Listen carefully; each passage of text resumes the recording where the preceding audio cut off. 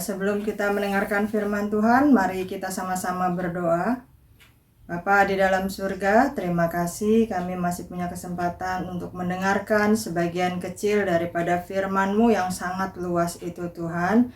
Kami percaya, kami membawa hati kami, dan Tuhan mengubah hati kami menjadi tanah yang subur, supaya setiap benih firman Tuhan yang ditaburkan tidak dicuri oleh iblis dan tidak jatuh di tanah dengan sia-sia, tetapi terus berakar, bertumbuh dan berbuah, sehingga hidup kami semakin hari semakin serupa dengan Kristus. Terima kasih Tuhan, urapilah juga hamba-Mu yang akan menyampaikan firman-Mu, urapi juga semua peralatan dan ruangan yang kami gunakan. Terima kasih Tuhan, dalam nama Yesus kami berdoa. Amin. Shalom ibu-ibu, sehat-sehat semua ya. Senang sekali bisa bertemu kembali dengan ibu-ibu WBI Alberta di tempat ini. Nah, hari ini saya ingin membahas tentang Hawa. Masih belajar tentang Hawa. Ini bagian yang ketiga atau yang terakhir ya ibu-ibu ya. Kalau kita lihat dari dua bagian sebelumnya, kita lihat bagaimana Hawa itu bisa berbuat dosa. Nah, ibu-ibu boleh buka lagi tuh catatannya yang kemarin-kemarin gitu ya. Nah, di Taman Eden ada satu musuh Allah yang juga merupakan musuh Adam dan Hawa. Nah, sekarang dia juga menjadi musuh kita, yaitu ular atau si iblis. Nah, sejak zaman nenek moyang sampai sekarang, sampai generasi terakhir di kitab Wahyu disebutkan, iblis terus bekerja tanpa henti untuk apa? Menjebak kita manusia jatuh ke dalam dosa. Nah, iblis ikut bertanggung jawab atas dosa yang diperbuat oleh Hawa. Dia pakai rencana yang licik dan menipu untuk menjebak Hawa. Iya, iblis sengaja menimbulkan kesalahpahaman, kecurigaan dengan memberitahu Hawa bahwa Allah tidak memberikan izin makan buah tersebut karena Allah nggak pengen ada saingan. Allah itu egois. Allah nggak pengen ada yang sama seperti dia. Nah, benih keraguan ini ditabur oleh iblis, tumbuh di dalam hati Hawa, akhirnya merusak hubungan Hawa dengan Tuhan, dan ujung-ujungnya berakhir dengan pemberontakan. Dia petik itu, dia langgar firman Tuhan. Nah, kita juga melihat bagaimana apa yang dikatakan iblis itu tidak sepenuhnya bohong, tapi juga tidak sepenuhnya benar. Nah, ini yang seringkali membingungkan bagi kita dan bagi Hawa pada waktu itu. Sulit membedakannya, ini kayaknya benar ya, ini kayaknya salah, ini mana yang benar gitu kan. Akhirnya dalam kebingungan tersebut, pada waktu itu Hawa termakan omongan si iblis. Mungkin kalau kita pikir-pikir dalam hidup kita, kita juga sering terjebak dalam kondisi seperti ini. Nah, kita perlu ingat pertanyaan, kenapa Hawa yang didekati oleh iblis sampai akhirnya berhasil ditipu? Kenapa Adam tidak? Bagian yang lalu kita sudah membaca tentang hal itu. Nah, akar penyebabnya adalah keinginan di dalam hati Hawa yang menyebabkannya untuk berbuat dosa. Sama seperti kita. Coba kita tanya sama diri kita, kenapa kita berbuat dosa? Karena ada keinginan di dalam hati kita. Keinginan inilah yang mendorong kita untuk berbuat dosa. Nah, iblis menggunakan keinginan ini untuk memanipulasi dan menipu kita sehingga kita jatuh ke dalam dosa. Yuk kita lihat Yakobus 1 ayat 14 sampai yang ke-15. Yakobus 1 ayat 14 sampai yang ke-15. Saya akan bacakan bagi Bapak Ibu, bagi ibu-ibu dan oma-oma. Silakan diikuti dari Alkitab masing-masing. Yakobus 1 ayat 14 dan 15. Tetapi tiap-tiap orang dicobai oleh keinginannya sendiri, karena ia diseret dan dipikat olehnya. Dan apabila keinginan itu telah dibuahi, ia melahirkan dosa. Dan apabila dosa itu sudah matang, ia melahirkan maut. Jadi keinginanlah yang menjadi akar penyebab kenapa manusia itu jatuh ke dalam dosa. Nah, kalau gitu kita mulai berpikir, ya kalau begitu keinginan itu dari mana? Kita lahir udah punya keinginan. Nah, ini sudah kita bahas dari dua bagian sebelumnya dan akan kita lanjutkan juga saat ini. Berbicara tentang keinginan, kita pasti punya banyak pertanyaan. Dari mana keinginan itu berasal? Kenapa kita bisa punya keinginan termasuk Hawa? Kenapa kita tidak punya keinginan gitu ya? Setiap orang pasti punya keinginan dan semua orang lahir dengan punya keinginan. Lalu, apakah keinginan itu dosa? Berarti kalau kita punya keinginan, apakah kita berdosa? Yuk kita lihat Kejadian 2 ayat yang ke-7 dan 9. Kejadian 2 ayat yang ke-7 dan 9. 2 ayat 7 sampai 9. Saya akan bacakan Kejadian 2 ayat 7 sampai yang ke-9. Ketika itulah Tuhan Allah membentuk manusia itu dari debu tanah dan menghembuskan nafas hidup ke dalam hidungnya. Demikianlah manusia itu menjadi makhluk yang hidup. 8. Selanjutnya Tuhan Allah membuat taman di Eden di sebelah timur. Disitulah ditempatkannya manusia yang dibentuknya itu.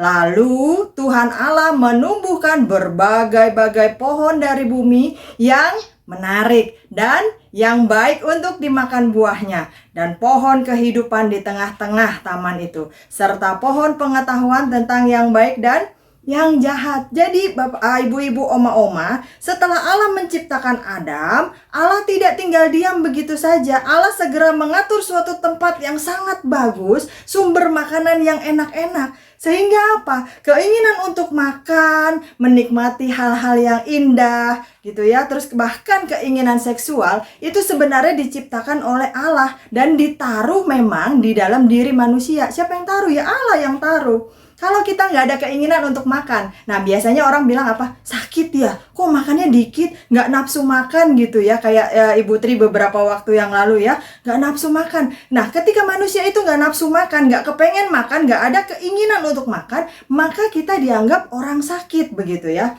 Karena apa? Karena manusia diciptakan pasti kepengen makan. Kalau kita nggak punya keinginan terhadap hal-hal yang indah, maka kita tidak akan mampu menghargai keindahan apapun. Keindahan alam, keindahan fashion, keindahan rumah, keindahan diri kita sendiri, apapun. Dan kita juga nggak rindu untuk mencari kebenaran, kebaikan, keindahan, kebersihan. Semua hal-hal itu kita nggak rindu kalau kita tidak ada keinginan melihat keindahan.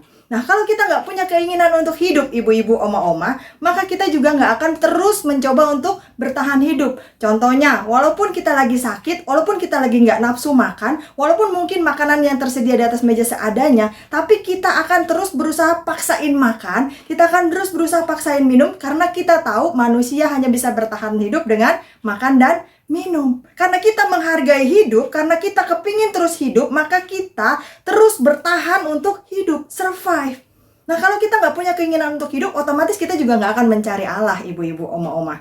Kenapa? Karena ketika kita mencari Allah, tujuan kita adalah untuk mendapatkan hidup yang kekal. Itu dia. Makanya kita percaya kepada Yesus Kristus, Tuhan dan Juru Selamat satu-satunya, karena hanya Yesus yang bisa memberikan hidup yang kekal kepada kita. Nah, apa sih artinya hidup yang kekal? Hidup yang kekal itu artinya hidup selama-lamanya. Allah pengen kita ini punya hidup yang kekal. Hidup bersama dengan Dia selama-lamanya, nggak ada batas waktunya begitu ya. Nah, kalau kita tidak punya keinginan untuk hal tersebut, kita juga nggak akan menghargai firman Tuhan. Kita juga nggak akan menghargai Allah. Kita juga nggak akan berusaha untuk berjuang hidup suci, hidup kudus, menjalankan perintah Tuhan untuk mendapatkan hidup yang kekal. Nah, jadi kalau kita lihat dari sini, ibu-ibu, oma-oma, sebenarnya keinginan itu bukan hal yang buruk, bukan hal yang salah. Lalu, kenapa dikatakan bahwa keinginan itu yang menyebabkan Hawa jatuh ke dalam dosa? Padahal Tuhan yang menciptakan keinginan, Tuhan yang menaruhnya di dalam diri manusia. Nah, mari kita lihat Kejadian 3 ayat yang ke-6. Kejadian 3 ayat yang ke-6. Perempuan itu melihat bahwa buah pohon itu baik untuk dimakan dan sedap kelihatannya. Lagi pula pohon itu menarik hati karena memberi pengertian. Lalu ia mengambil dari buahnya dan dimakannya, dan diberikannya juga kepada suaminya yang bersama-sama dengan dia, dan suaminya juga memakannya. Nah, Hawa pikir buah itu adalah buah yang baik untuk dimakan, sedap kelihatannya, ini buah yang paling enak, paling bagus yang ada di Taman Eden. Bener nggak ibu-ibu, oma-oma? Belum tentu, tapi setidaknya itu yang Hawa pikirkan. Itu yang terus mengisi pikiran dia, itu yang terus mengisi hatinya. Jadi lama-lama dia berkata, jangan-jangan bener ya apa yang dikatakan oleh ular nih. Allah sengaja nih nggak ngasih yang terbaik buat aku dan Adam supaya Allah nggak disaingi. Itu kayaknya buah yang paling baik tuh. Nah, tentu saja ibu-ibu, oma-oma, hal itu tidak benar. Kalau kita lihat tadi Kejadian 2 ayat yang ke-9, kita tahu Allah menciptakan suatu taman yang indah untuk manusia yang dia ciptakan. Nah, kemudian kita masuk ke bagian yang kedua. Masalah Hawa adalah keserakahan. Di ayat 2 tadi menggunakan kata yang sama, yaitu sedap kelihatannya. Kalau terjemahan dari LAI, ya baik untuk dimakan. Nah, kita melihat kenyataannya tidak sama dengan pikiran Hawa. Nah, ini seringkali juga yang bermain di dalam hidup kita, ibu-ibu, oma-oma. Kenyataan tidak sama dengan pikiran kita. Sehingga yang lebih banyak mengisi hati kita adalah negative thinking, curigaan gitu ya. Nah, kemudian akhirnya kita sibuk dengan pikiran-pikiran kita sendiri yang makin lama makin bercabang, makin berkembang, dan membuat kita akhirnya mumet sendiri begitu.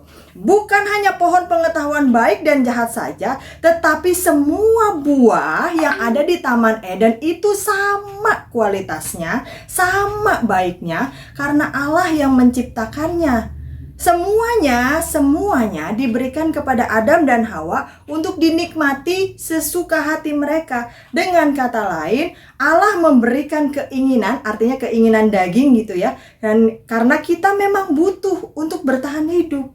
Tetapi bukan cuma memberikan keinginan saja, Allah juga akan memuaskan dan memenuhi keinginan itu. Jadi Allah kita ini Allah yang bertanggung jawab ya, ibu-ibu, oma-oma. Dia tidak hanya memberikan keinginan lalu lepas tangan begitu saja, seperti kata pepatah, lempar batu sembunyi tangan, tidak. Tetapi ketika dia memberikan keinginan menciptakan manusia itu, di dalam diri manusia itu ada keinginan, Allah juga pasti akan memenuhi dan memuaskannya. Lalu di mana letak masalahnya? Masalahnya adalah Hawa tidak pernah puas, ibu-ibu, oma-oma. Ini masalahnya. Hawa tidak pernah puas lalu menjadi serakah. Allah sudah memberikan satu taman loh, ibu-ibu, oma-oma. Semuanya buat kamu, semuanya boleh dimakan, bebas. All you can eat. Mau sampai diare makan lagi, mau sampai mencret makan lagi, mau sampai ke WC makan lagi, bebas, terserah.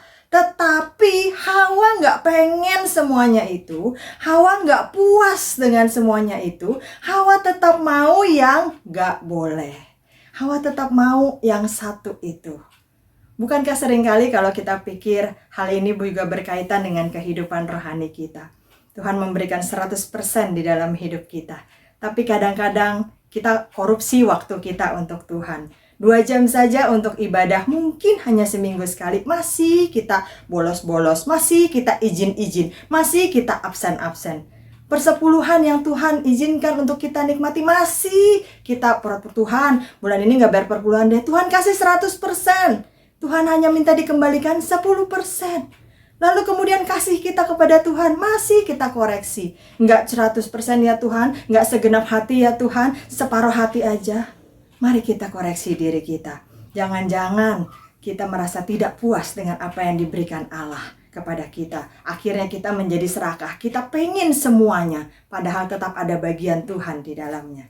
Nah, masalahnya bagi Hawa ini juga menjadi masalah bagi kita sekarang ini. Karena sebenarnya keinginan itu datang dari Allah, kita lahir dengan keinginan, dan Allah akan memenuhi keinginan kita yang normal, tanda petik ibu-ibu, oma-oma. Nah, ketika kita tidak puas, kita jadi serakah, ini menjadi keinginan yang jahat. Dan inilah yang menjadi akar penyebab kita berbuat dosa. Mengapa seringkali manusia berselingkuh? Karena tidak puas dengan pasangannya. Padahal kita berkata apa? Jodoh dari Tuhan. Tapi kita tidak puas. Kenapa seringkali manusia korupsi? Karena manusia tidak puas dengan apa yang didapat olehnya. Kenapa seringkali manusia memberontak? Karena manusia merasa hidupnya tidak adil. Orang lain senang kok saya susah, orang lain sehat kok saya sakit. Nah, seringkali rasa tidak puas ini menyebabkan kita jatuh ke dalam dosa.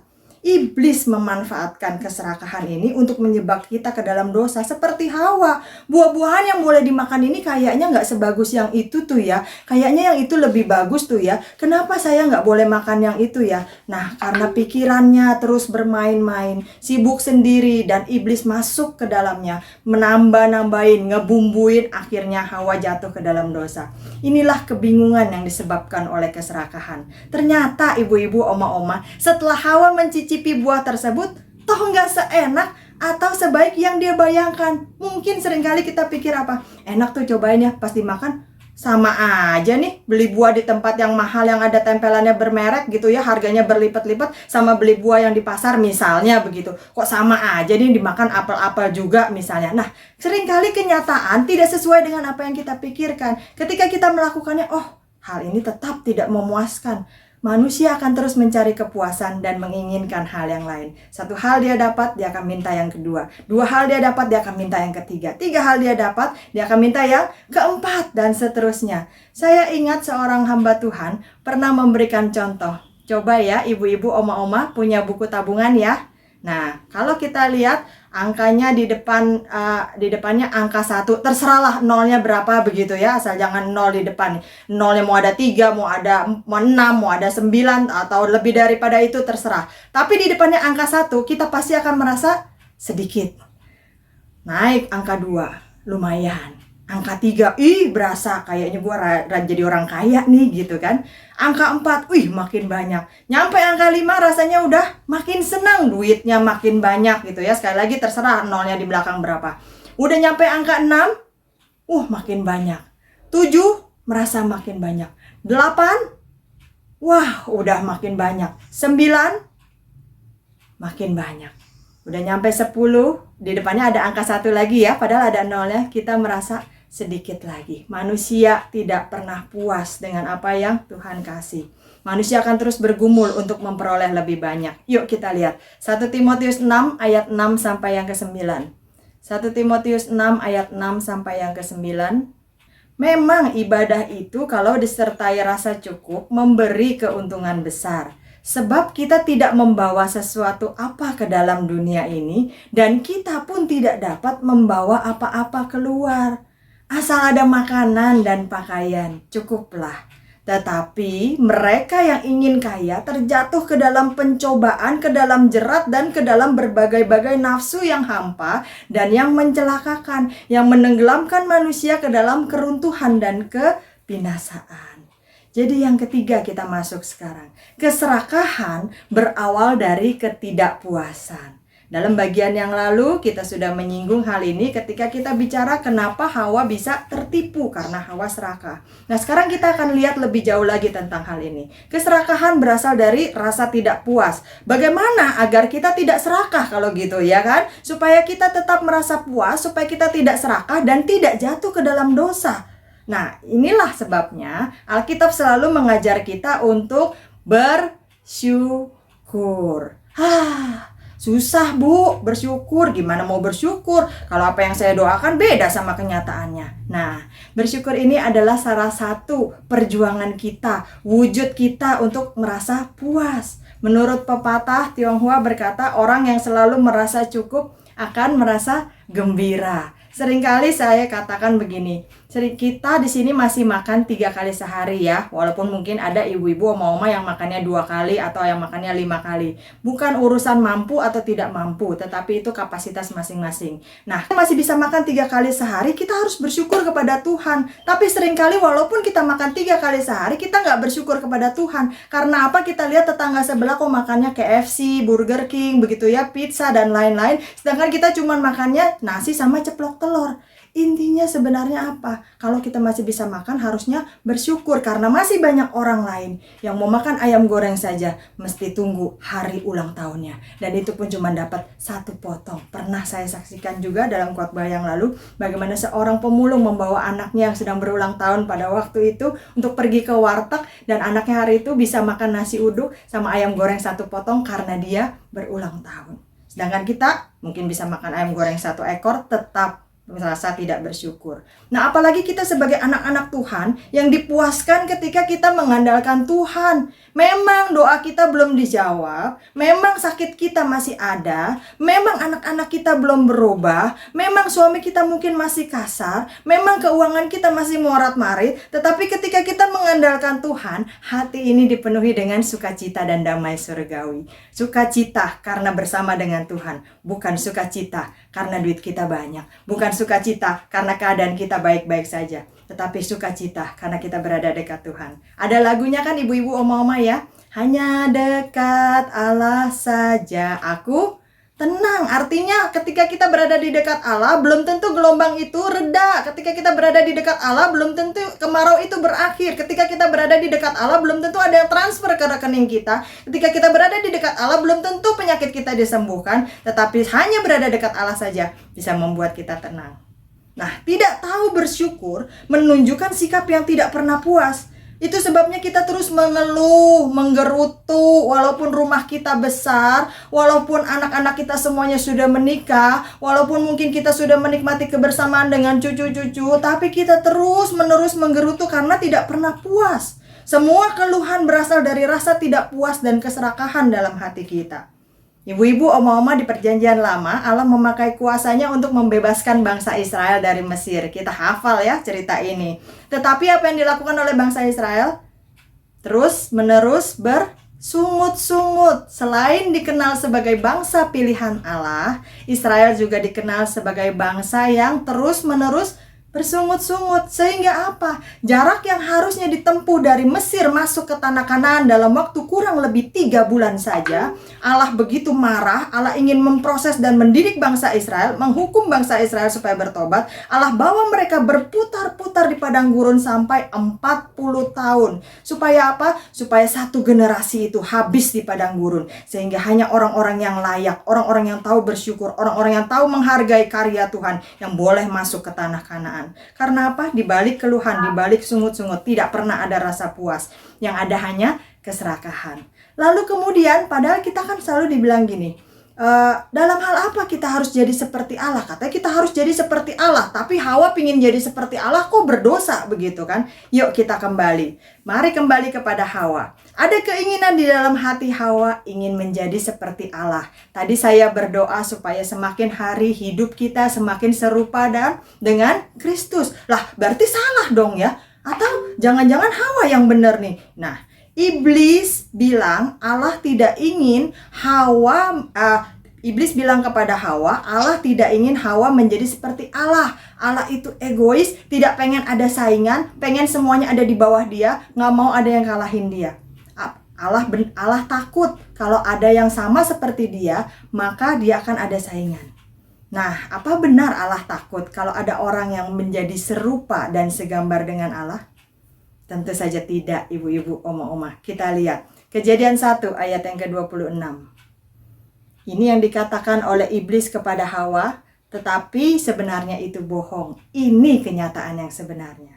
Berfirmanlah Allah, baiklah kita menjadikan manusia menurut gambar dan rupa kita, supaya mereka berkuasa atas ikan-ikan di laut dan burung-burung di udara dan atas segala ternak dan atas seluruh bumi dan atas segala binatang melata yang merayap di bumi. Jadi Allah memang menciptakan kita, menciptakan Adam dan Hawa serupa dan segambar dengan Allah. Masih ingat khotbah dari PDP PAU minggu yang lalu?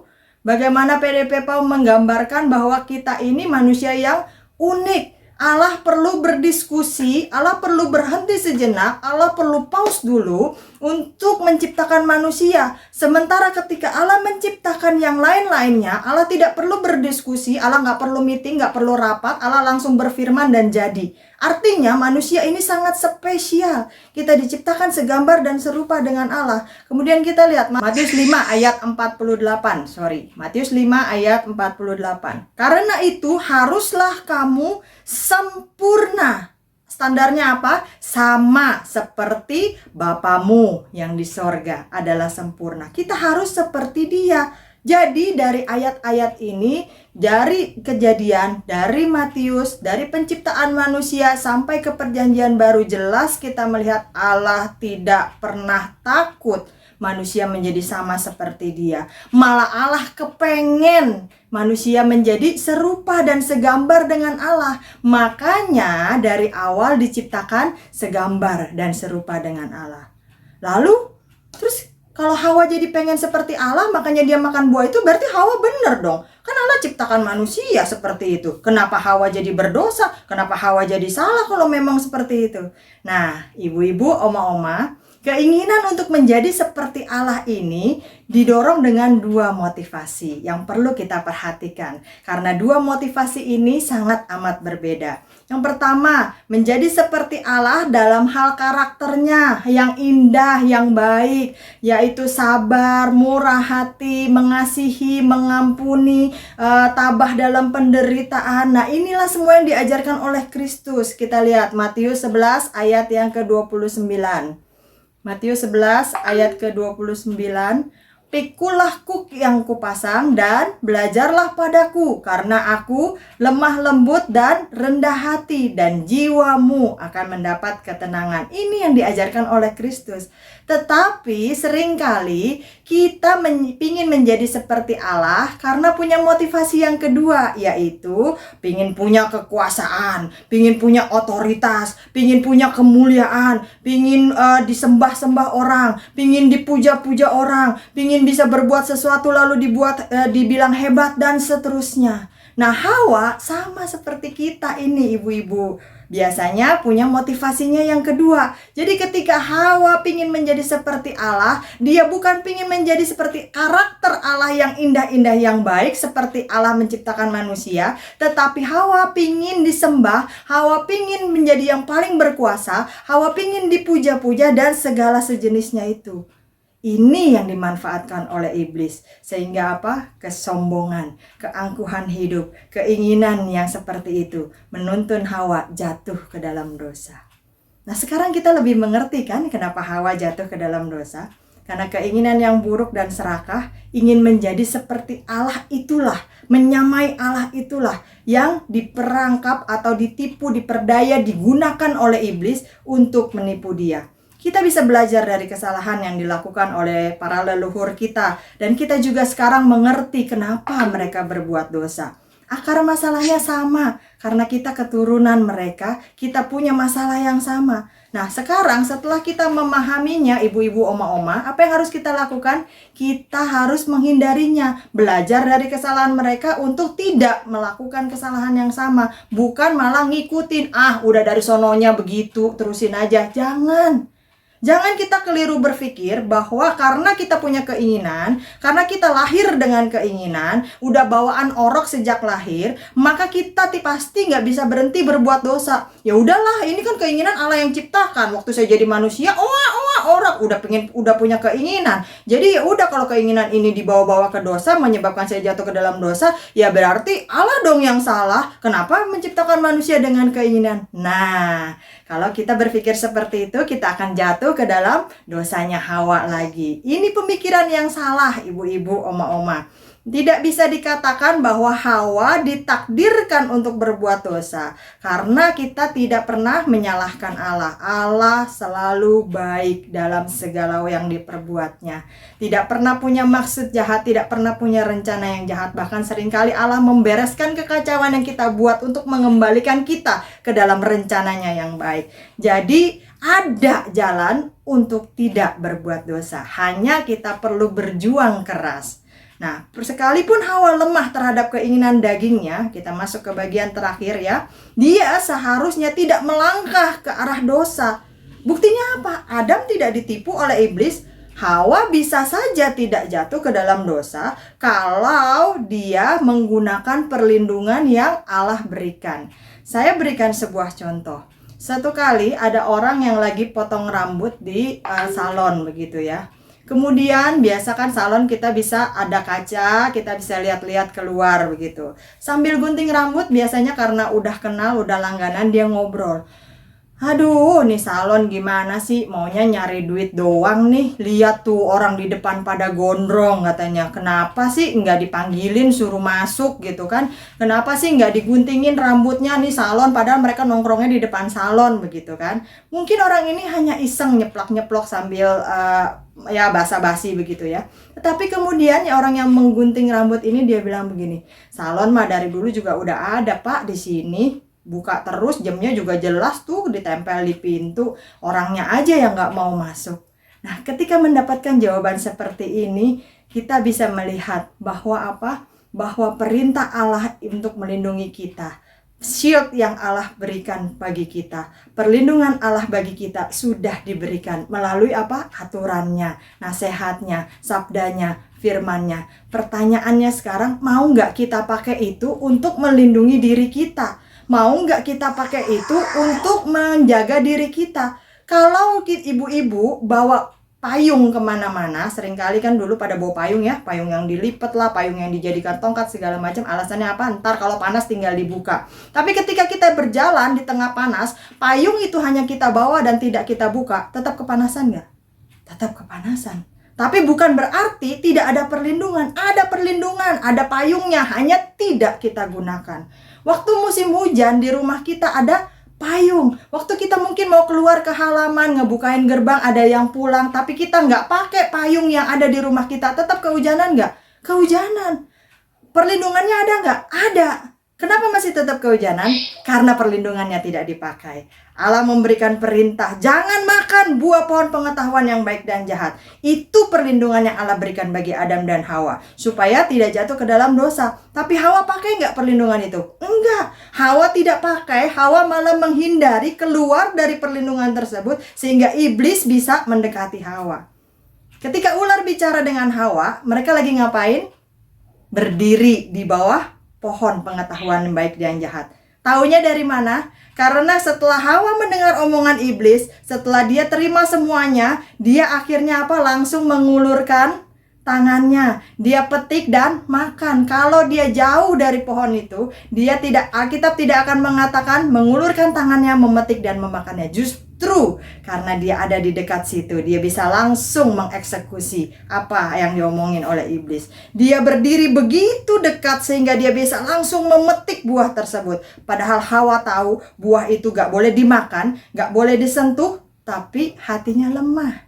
Ada keinginan untuk makan buah ini, tapi tetap berdirinya dekat-dekat di situ. Seringkali kita sadar ya ibu-ibu, kita tahu kalau udah ke mall pasti deh belanja nih. Perlu nggak perlu pasti ada aja yang dibeli begitu kan. Tapi seringkali waktu ada sale di mall, tetap aja kita masuk, tetap aja kita belok begitu kan. Padahal kita tahu hati kita lemah terhadap sale begitu. Pepatah Tionghoa berkata begini, berdiri terus di pinggir sungai, bagaimana kaki tidak akan basah. Nah, Alkitab memberi kita cara untuk tidak berbuat dosa. Ngapain? Lari ibu-ibu, oma-oma. Pergi, menghindar.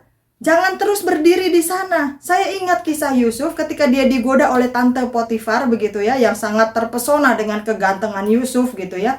Dia menggoda Yusuf di dalam kamarnya. Mungkin waktu itu Yusuf lagi dipercaya untuk membersihkan kamarnya sebagai budak yang dipercaya untuk menguasai seluruh rumah itu gitu ya. Tapi waktu di kamar si tante Potifar ini, si nyonya besar ini mencoba untuk mengajak Yusuf tidur bersamanya. Lalu apa yang Yusuf lakukan? Sebagai orang muda, saya yakin Yusuf tahu bahwa dia mungkin tidak bisa menguasai birahinya. Sebagai laki-laki muda mungkin dia bisa saja tertarik, bukan karena cinta begitu, tapi karena nafsu. Tapi Yusuf takut kepada Tuhan. Dia menggunakan perlindungan yang Tuhan berikan. Dia ingat perintah Tuhan dan dia lari meninggalkan tempat tersebut.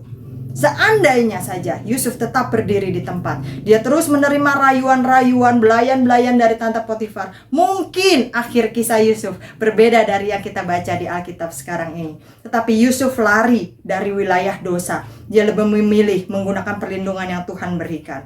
Ayo kenali kelemahan-kelemahan kita. Jangan bermain di area dosa. Jangan bermain di gray area. Hawa tahu dia tidak bisa mengatasi keinginannya. Hawa tahu dia kepengen banget makan buah itu, tapi dia masih keluyuran aja di bawah pohon itu. Udah tahu dia nggak bisa nahan diri, udah tahu Allah melarang dia, toh masih aja keluyuran di depan pohon itu. Artinya apa? Artinya sengaja mencobai diri sendiri. Nah, setelah Hawa mendengar perkataan iblis, bisa saja dia melakukan pencegahan lain kan? Dia masih punya suami, masih punya Adam, orang yang terdekat, manusia satu-satunya tinggal bersama dengan dia di taman tersebut. Dia bisa aja cerita, Dam, tuh si iblis ngomong tuh, tadi dia ngomong begini. Nah, jika Hawa berbuat demikian, dia cerita, mungkin Adam akan memberikan pendapat yang berbeda, masukan yang berbeda, hasilnya mungkin akan berbeda. Karena apa? Karena Adam tidak mengalami masalah seperti Hawa. Artinya Adam bisa melihat masalah ini dari sisi yang berbeda. Itulah sebabnya Allah menciptakan perempuan dan laki-laki secara berbeda, bukan untuk saling bersaing, tetapi untuk saling melengkapi. Kita lihat Amsal 15 ayat yang ke-22. Amsal 15 ayat yang ke-22. Rancangan gagal kalau tidak ada pertimbangan, tetapi terlaksana kalau penasihat banyak. Nah, seandainya waktu itu Adam dan Hawa membicarakan hal ini, mendiskusikan hal ini, maka mungkin Hawa nggak mudah seperti itu ditipu atau dibodohi. Karena sekali lagi Adam tidak kepengen buah itu, Adam lebih taat kepada Tuhan, maka lebih susah untuk dia tertipu sama iblis. Bisa aja dia ngomong gini, udahlah Hawa maksudnya gitu ya, atau udahlah Wa, lupain aja tuh, lihat aja sama Tuhan. Lu ngapain sih deket-deket pohon itu terus, katanya. Udahlah, lu tahu kepengen, hati lu kan kepengen, terus Tuhan bilang nggak boleh. Ngapain lu bolak-balik di situ, kan makin menarik gitu kan. Akhirnya tuh dengar tuh disamperin tuh sama si ular tuh. Udah nggak usah dengerin omongan dia, dengerin omongan Allah aja. Tapi Hawa tidak melakukan hal tersebut, sehingga dia makan omongan si iblis. Hawa melewatkan kesempatan itu, sehingga dia memutuskan sendiri keputusan yang salah. Karena apa? Pikirannya sudah dicemari oleh iblis. Nah, ibu-ibu, oma-oma, mungkin saat ini kita sudah tidak punya pasangan, ya seperti Adam di dalam hidup kita begitu ya. Mungkin kita sudah ditinggalkan, mereka berpulang ke rumah Bapa di sorga. Ada banyak hal yang tetap sulit untuk kita pahami, karena kita tetap harus menjalani hidup di dunia ini. Ayo, mari diskusi. Kita diskusi dengan orang yang tepat, dengan orang-orang yang punya level kerohanian yang bisa dipertanggungjawabkan, dengan orang-orang yang kita tahu punya jam-jam doa yang sungguh-sungguh, dengan orang-orang yang kita tahu mempelajari firman Tuhan dengan sungguh-sungguh, bukan dengan sembarang orang. Karena apa? Karena nasihat yang salah akan menghasilkan keputusan yang salah juga, sehingga membawa kita jatuh ke jalan yang salah juga. Pepatah Tionghoa lagi berkata, ketika 3 orang bodoh bersama-sama, maka mereka menjadi jenius. Bukan berarti kita harus tanya sama sembarang orang, tetapi kita tanya kepada saudara-saudara seiman kita, kepada ibu gembala, kepada pengurus kita, kepada sesama jemaat, kepada orang-orang di komunitas yang kita tahu level kerohanian mereka bisa dipertanggungjawabkan di hadapan Tuhan. Karena kalau orang yang level kerohanian bisa dipertanggungjawabkan, pasti dia juga tidak akan memberikan saran yang salah kepada kita. Nah, itulah sebabnya Rasul Paulus di dalam 2 Timotius 2, kita baca ayat terakhir, 2 Timotius 2 ayat yang ke-22, mulai dari kata bersama-sama dengan mereka yang berseru kepada Tuhan dengan hati yang murni. Kenapa saya potong ayat ini? Karena inilah yang diberikan nasihat yang diberikan Rasul Paulus kepada Timotius yang waktu itu sedang memimpin sebuah jemaat dalam usianya yang masih sangat muda. Jadi ketika Timotius itu bingung, ketika Timotius itu harus mendengarkan nasihat yang mana, ketika Timotius itu mungkin tidak punya tempat untuk bercerita, ketika Timotius itu justru malah diremehkan, bukannya diasah kemampuannya, Rasul Paulus mengirimkan surat dan berkata, bersama-sama dengan mereka yang berseru kepada Tuhan dengan hati yang murni. Ngapain? Maksudnya suruh diskusi, berdoa bersama, berbicara bersama, rapat bersama, ngomongin bersama, mungkin kongko bersama. Supaya apa? Supaya nasihat firman Tuhan, nasihat yang benar itu bisa dijalankan oleh Timotius pada waktu itu. Kita juga bisa melakukan hal yang sama. Di WBI ada pengurus, di dalam gereja kita juga ada suasana kekeluargaan. Kita tahu mana orang-orang yang sungguh-sungguh percaya kepada Tuhan, mana orang-orang yang bisa dipertanggungjawabkan kerohaniannya. Mungkin kita juga bisa berdoa, Tuhan, di dalam kebingungan ini saya harus bertanya kepada siapa.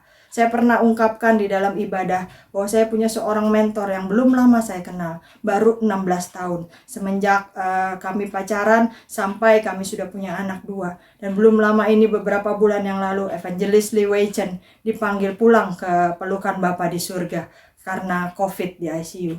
Nah, saya betul-betul merasa kehilangan, karena biasanya saya yang marah-marah ke mentor saya yang curhat begitu ya. Lalu kemudian dia dengan sabar akan memberikan nasihat-nasihat. Dan kalau saya rasa itu tidak masuk di akal, kita akan saling berdebat bersama. Sampai akhirnya kalau memang belum, dia akan berkata, ayo mari kita berdoa, katanya. Saya percaya Tuhan yang akan membukakan pemikiran kamu. Walaupun saat itu mungkin secara akal saya belum bisa terima. Tetap walaupun saya seorang hamba Tuhan, saya butuh mentor yang bisa saya tanya. Dan bukan hanya satu, saya punya mentor dalam bidang A, saya punya mentor dalam bidang B, saya punya mentor dalam bidang C. Karena apa? Saya perlu untuk bertanya, saya perlu untuk belajar dari orang-orang yang level kerohaniannya bisa dipertanggungjawabkan. Seandainya saja Hawa melakukan hal yang sama dengan Adam, mungkin dia tidak akan semudah itu ditipu oleh iblis. Dan walaupun sekarang kita tidak punya pasangan seperti Adam, tapi kita punya orang-orang di sekitar kita yang pasti tetap Tuhan taruh untuk menjaga hidup kita berada di jalannya dengan nasihat-nasihat mereka.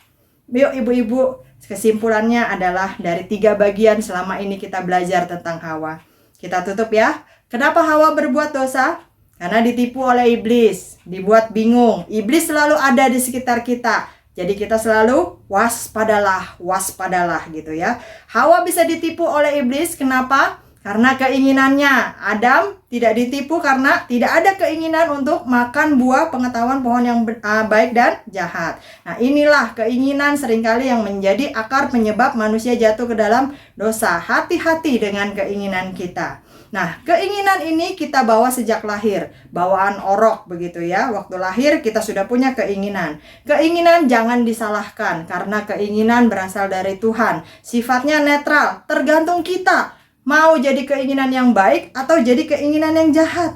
Kalau jadi keinginan yang jahat, yang buruk, maka akan menjadi rasa tidak puas, akan menjadi keserakahan, selalu pengen lebih, tidak pernah merasa cukup, tidak pernah bersyukur dengan anugerah Tuhan. Nah, Hawa menginginkan buah yang dilarang Allah, padahal Hawa sudah mendapatkan 1 taman, tapi masih kurang puas. Setelah dapat 1 taman, dia masih kepingin yang nggak boleh, padahal cuma 1 pohon. Sehingga Hawa jatuh ke dalam dosa, diomongin, ditipu oleh si iblis. Hati-hati juga dengan motivasi kita. Ketika kita berdoa ingin menjadi seperti Allah, karena harusnya kita menjadi seperti karakter dan sifat-sifat Allah yang baik. Bukan kita kepingin dipuji, disembah, dihormati seperti Allah. Hati-hati dengan motivasi kita. Sekarang apa yang harus kita lakukan? Kita harus kalahkan dosa. Bukannya nggak mungkin. Keinginan gak bisa dikalahkan. Gak bisa, bisa dikalahkan dosa. Gimana caranya? Jauhkan diri dari hal-hal yang menjadi kelemahan kita. Kalau kita udah tahu bakalan habiskan duit di sale, jangan masuk ke mall pada waktu sale lagi banyak di mall. Kalau kita tahu pergi ke supermarket bakalan jadi banyak di luar dari shopping list kita, suruh orang lain aja yang pergi. Atau kita ajak orang untuk tetap pada shopping list ini. Jadi kita sadari kelemahan kita, jangan bermain dekat-dekat kelemahan kita. Justru kita lari dari sana. Dan bukan cuma lari, terus lari sendirian, jadi bingung juga. Bergaul dengan saudara-saudara seiman kita yang level kerohaniannya bisa dipertanggungjawabkan. Supaya apa? Supaya kita mendapatkan nasihat yang baik, supaya kita mendapatkan doa, supaya kita mendapatkan kekuatan. Karena seperti sapu lidi ya, ibu-ibu, oma-oma, kalau satu gampang dipatahkan. Tetapi kalau sapu lidinya banyak, satu gepok begitu ya, bakalan susah dipatahkan. Sama dengan kita, kalau kita hanya sendirian, kita juga akan mudah diserang oleh iblis, jatuh ke dalam dosa. Tapi kalau kita bersama-sama, bersatu padu, maka iblis juga belum mikir-mikir dulu kalau mau serang kita. Karena kita kuat dalam doa, kita kuat dalam firman Tuhan. Amin ibu-ibu. Sampai di sini kita belajar tentang Hawa ya. Ada 3 bagian. Nanti silahkan dibaca-baca lagi catatannya dari sudah 3 minggu kita berbicara tentang Hawa. Mari kita berdoa. Bapa di dalam surga, terima kasih kami boleh belajar dari Hawa. Kami sudah 3 minggu belajar tentang Hawa ini Tuhan, dan sekarang kami sudah mengakhirinya. Ampuni kami Tuhan kalau selama ini kami berpikir bahwa kami tidak mungkin hidup tanpa dosa. Kami berpikir untuk menyalahkan Allah. Tuhan yang memberikan keinginan, bukan saya yang mau. Ampuni kami Tuhan kalau kami selalu berkata udah dari sononya begitu. Kami malas untuk berjuang. Kami selalu menyalahkan keadaan, menunjuk orang lain dan tidak melihat kelemahan diri kami sendiri. Bapa di dalam surga, kami tahu firman ini untuk menguatkan dan menegur kami, mengajar kami supaya hidup kami bisa terus bertumbuh. Kami tidak ingin melakukan kesalahan yang sama seperti Hawa, Tuhan. Kami tidak ingin jatuh ke dalam dosa seperti Hawa. Kami ingin Tuhan memberitahu kami kelemahan-kelemahan kami. Dan kami ingin juga Tuhan mengajar kami. Setiap kali dosa itu menghampiri kami harus lari dari area tersebut. Lari ke dalam kumpulan saudara-saudara seiman kami yang akan terus saling menjaga, saling menguatkan, saling mendoakan, dan saling bertumbuh bersama-sama. Terima kasih Tuhan untuk komunitas kaum wanita GBI Alberta ini yang walaupun kami masih lakukan secara online sehubungan dengan pandemi, tetapi setiap firman yang disampaikan kami percaya akan terus membuat iman kami semakin kuat, akan terus membuat suasana kekeluargaan tetap terjaga, dan membuat kami menjadi ibu-ibu yang kuat sebagai tiang iman dan tiang doa di tengah keluarga kami. Melakukan firman-Mu memang tidak mudah Tuhan, tetapi kami tahu Roh Kudus yang tinggal di dalam hati kami pasti akan terus mengajar dan mengingatkan kami, memampukan kami untuk bisa menjadi pelaku-pelaku firman yang baik, bukan hanya sekedar pendengar saja. Terima kasih Tuhan Yesus. Dalam nama Yesus kami berdoa dan bersyukur. Yang percaya bersama kita katakan, amin. Saya kembalikan.